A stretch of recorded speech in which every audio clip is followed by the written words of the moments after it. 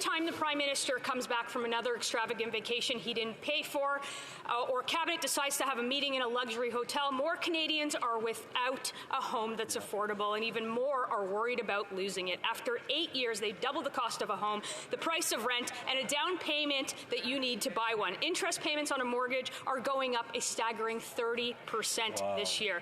8 years of Liberal NDP government's inflationary spending has made owning a home unattainable. So how can anyone trust the people that created the crisis to fix it? The Honourable Minister for Housing, Infrastructure and Communities.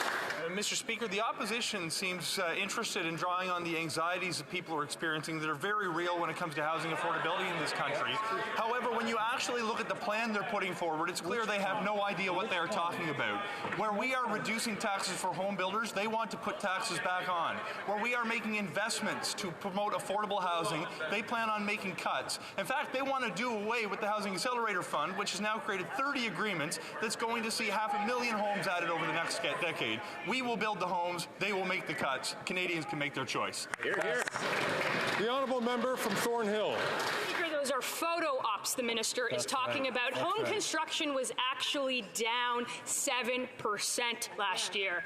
That's even worse than his nameless predecessor who was fired from the gig. You cannot live in a photo op. The videos won't bring warmth to the 300,000 people without homes. His tweets won't help the single mom who's trying to make her mortgage payment next month.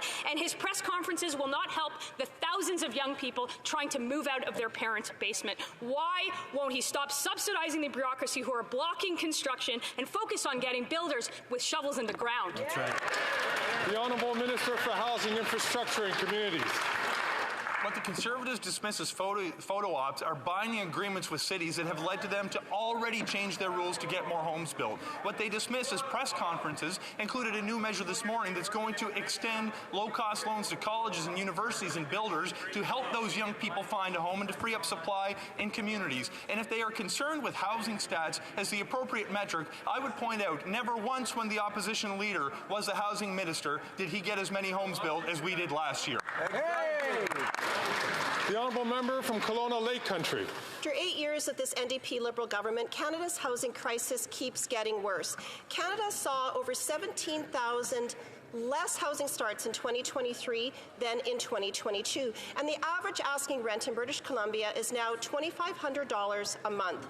Working class people are living in their cars in parking lots. And their own housing agency even said that there is no plan to build the number of houses that Canadians need here in this country. This Prime Minister is just not worth the cost. When will the Prime Minister have a plan to build houses, not bureaucracy?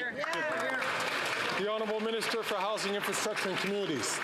Mr. Speaker, we have a plan to build houses. In fact, we have a plan to build houses in real communities. Let's take the Honourable Member's constituency as an example. She represents the good people of Kelowna.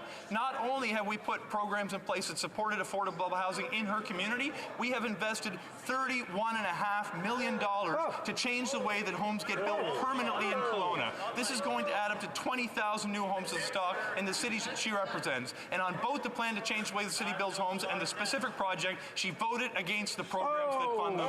I think we can rest our case, Mr. Speaker.